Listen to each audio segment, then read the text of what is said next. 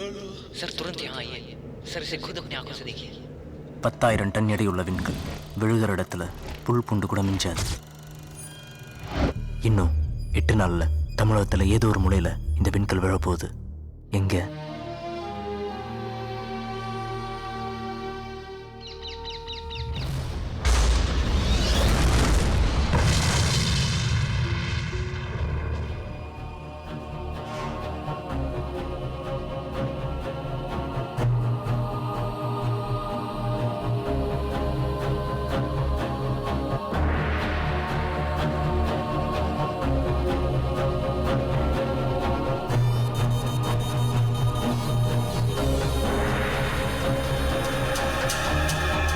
இது வெறும் கால் தூசி தான்.